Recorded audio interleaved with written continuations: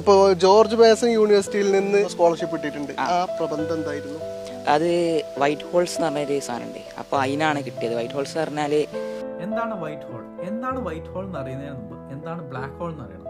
അതിനുവേണ്ടി നമുക്ക് കുറെ വർഷം പിന്നോട്ട് സഞ്ചരിക്കാം. വർഷം 1916 വേൾഡ് വാർ 1 നടക്കുന്ന സമയം റഷ്യയുടെ ട്രെഞ്ചിലിരുന്ന് ഒരു ശാസ്ത്രജ്ഞൻ വളരെ സുപ്രധാനമായിട്ടുള്ള ഇക്വേഷൻ സോൾവ് ചെയ്തുകൊണ്ടിരിക്കുകയാണ്.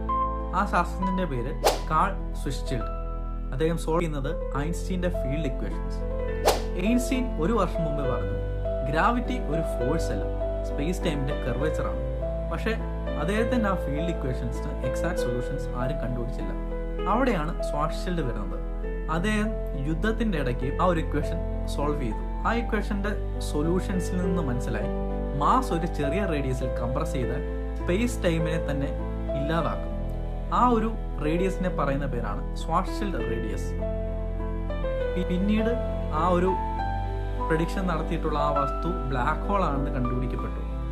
പക്ഷേ ആ ഇക്വേഷന്റെ സമയം റിവേഴ്സ് ചെയ്യുകയാണെങ്കിൽ അത് ബ്ലാക്ക് ഹോളിന് വിപരീതമായിട്ടുള്ളൊരു വസ്തുവിനെ ഉണ്ടാക്കും. അതിനെയാണ് വൈറ്റ് ഹോൾ എന്ന് പറയുന്നത്. വർഷങ്ങൾക്ക് ശേഷം ഐൻസ്റ്റീനും നാത്തൻ റോസിനും കൂടെ ചേർന്ന് ഇത് രണ്ടും കൂടെ കൂടിച്ചേർന്ന് ഒരു ടൈം ട്രാവലിംഗ് പാത്ത് ഉണ്ടാകാൻ ചാൻസ് ഉണ്ട് എന്ന് പ്രഡിക്റ്റ് ചെയ്തു.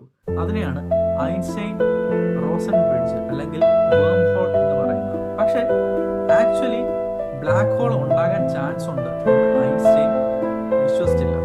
അതിന് സുപ്രധാന പങ്ക് വഹിച്ചത് ഒരു ഇന്ത്യൻ ശാസ്ത്രജ്ഞൻ കൂടെയാണ്. ആ ശാസ്ത്രജ്ഞനെ കുറിച്ച് അറിയാം.